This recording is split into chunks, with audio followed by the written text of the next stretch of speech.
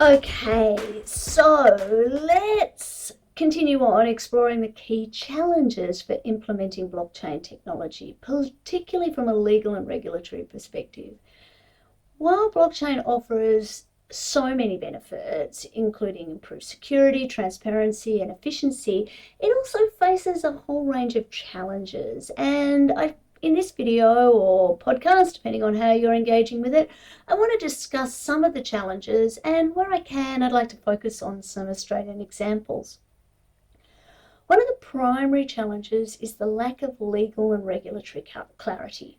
Blockchain technology is still relatively new, and governments worldwide, not just Australia, are still in the process of formulating appropriate regulatory frameworks. The uncertainty makes it difficult for businesses to adopt blockchain confidently because they face legal risks or compliance issues in the future. Luckily, in the future, they're going to have people like you on board, and you're going to help them navigate those risks. That's what this whole subject is about.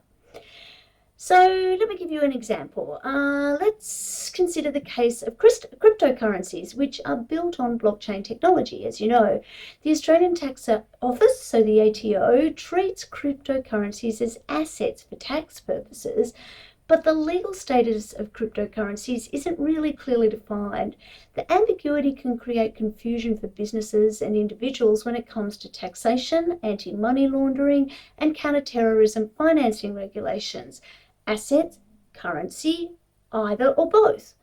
Secondly, the issue of privacy, which we were discussing just in the last part of the lecture, so the issue of privacy and data protection is a real challenge. While blockchain provides, as I've already explained, both a transparent and immutable ledger, the transparency can be potentially in conflict with existing privacy laws. In Australia, the Privacy Act 1988 regulates the handling of personal information.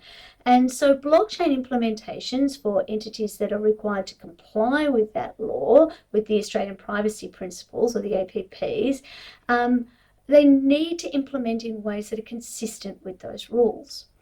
A really good example of the challenge is the European Union's General Data Protection Regulation, the GDPR, which we've come across over and over again. Amongst other things, the GDPR grants individuals the right to be forgotten. This right directly clashes with the immutability of blockchain technology, as data on a blockchain can't easily be deleted or altered. In fact, the blockchain is designed so that can't happen. So although the GDPR is directly applicable, as we know from our examination of it in this course so far, any business that wants to be able to transact in any place where European citizens are needs to take it into account. And it serves as an example of how privacy laws can pose challenges to the widespread adoption of blockchain technologies.